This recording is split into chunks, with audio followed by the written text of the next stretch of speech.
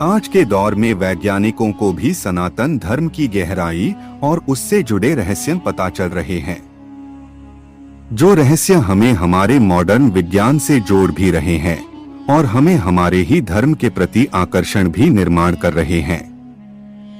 हमारे धर्म की कई ऐसी बातें थी जिन पे लोग विश्वास नहीं करते थे, लेकिन वक्त के साथ जैसे विज्ञान आगे बढ़ा वैसे ही हमारे धर्म में ऐसी कई बातें थी जो अभी किए गए साइंटिफिक थ्योरीज से मेल खाती है। वही हमारे धर्म की बातें आज के विज्ञान का आधार हुआ करती थी।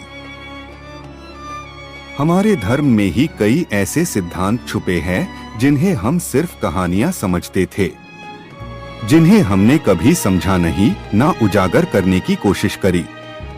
परंतु जब वही बातों की थ्योरीज आज वैज्ञानिक देने लगे, तब हमें हमारे ही धर्म की कई बातों पर विचार करने पर विवश कर दिया। कई ऐसे सिद्धांत जैसे मल्टीवर्स, पैरेलल यूनिवर्स, स्पेस और टाइम की बहुत सारी जानकारी हिंदू धर्म ग्रंथों में भरी पड़ी है, जिन्हें कभी सच माना नहीं गया। लेकिन जैसे जैसे आज के समय में वैज्ञानिक हमारी सभ्यता पे रिसर्च कर रहे हैं, वैसे उन्हें सबूत मिलना शुरू हो गया है। ऐसे ही आज हम आपको इसकी जानकारी हमारे धर्म ग्रंथों में किस प्रकार दी गई है, इसकी जानकारी देंगे।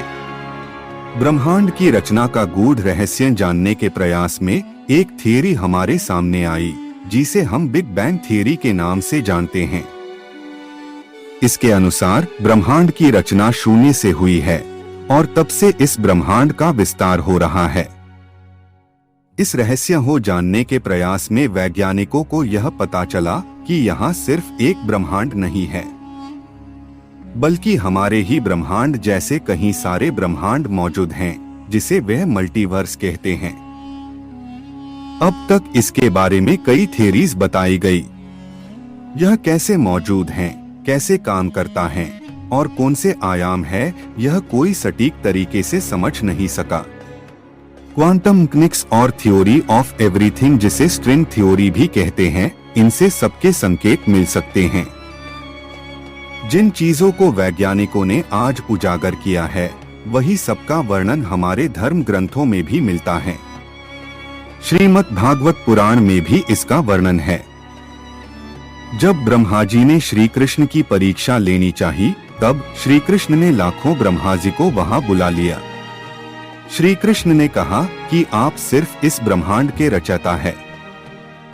आप सिर्फ इस ब्रह्मांड का ज्ञान रखते हैं, परंतु सृष्टि विशाल है।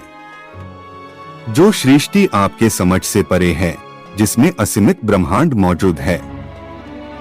जिस प्रकार में इस ब्रह्मांड में अवतरित होता हूँ, इसी प्रकार में अलग अलग ब्रह्मांडों में अवतार लेता हूँ।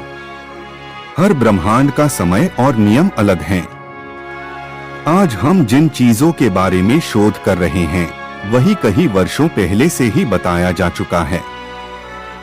इसी प्रकार स्ट्रिंग थ्योरी के अनुसार मल्टीवर्स की थ्योरी दी गई। वैसे ही जब प्रभु श्री राम का धरती लोक छोड़ने का समय आया, तब हनुमान जी ऐसा होने नहीं दे रहे थे। तब प्रभु श्री राम ने अपनी लीला की और अपनी अंगूठी को एक छेद में गिरा दिया। तब हनुमान जी अपना आकार छोटा करके उसे ढूंढने के लिए नागलोक तक जा पहुँचे।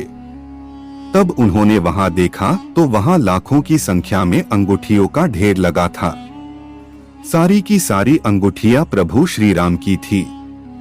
तब वहां नागराज वासुकी से पूछने पर उन्होंने हनुमान जी को बताया, यह सारी अंगूठियां श्री राम जी की है और हनुमान जी यहाँ बार बार आते हैं। और जब ऐसा होता है, तब प्रभु श्री राम अपना देह त्याग करते हैं।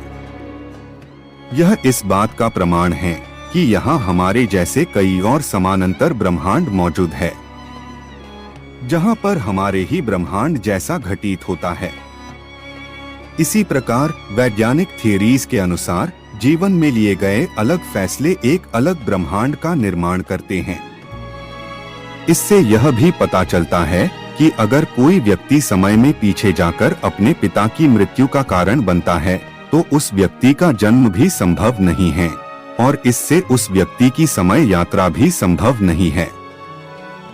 यह एक अजीब स्थिति है जिसे ग्रैंडफादर पैराडॉक्स कहते हैं।